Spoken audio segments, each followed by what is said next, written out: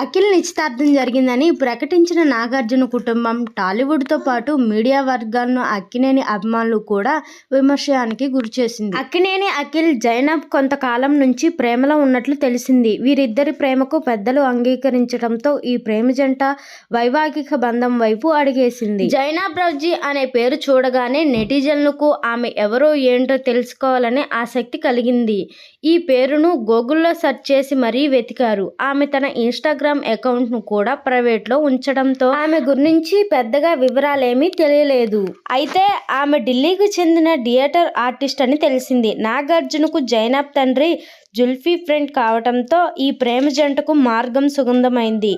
ఆమె తండ్రి వ్యాపారవేత్త కావటంతో దుబాయ్, లండన్, ఇండియా ఇలా మన దేశాలతో పాటు పలు దేశాల్లో ఆమె తన జీవితాన్ని గడిపింది.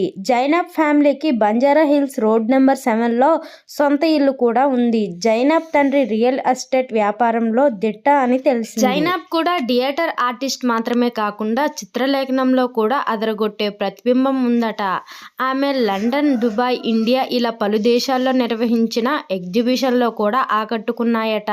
క్రియేటివిటీ, కల్చర్ ప్రతిబింబించేలా ఆమె పెయింటింగ్స్ ఉన్నాయనేది చిత్రలేఖనంపై మక్కువ ఉన్న కొందరు వ్యక్తం చేసిన అభిప్రాయం. అఖిల్, జైనబ్ వీరిద్దరి నిశ్చితార్థం 2024 నవంబర్లో జరిగినప్పటికీ పెళ్లి మాత్రం 2025లో జరగనుంది. నాగార్జున పెద్ద కొడుకు నాగచైతన్య, శోభితాల పెళ్లి డిసెంబర్ 4న అన్నపూర్ణ స్టూడియోలో అంగరంగ వైభవంగా జరగనున్న సంగతి తెలిసిందే.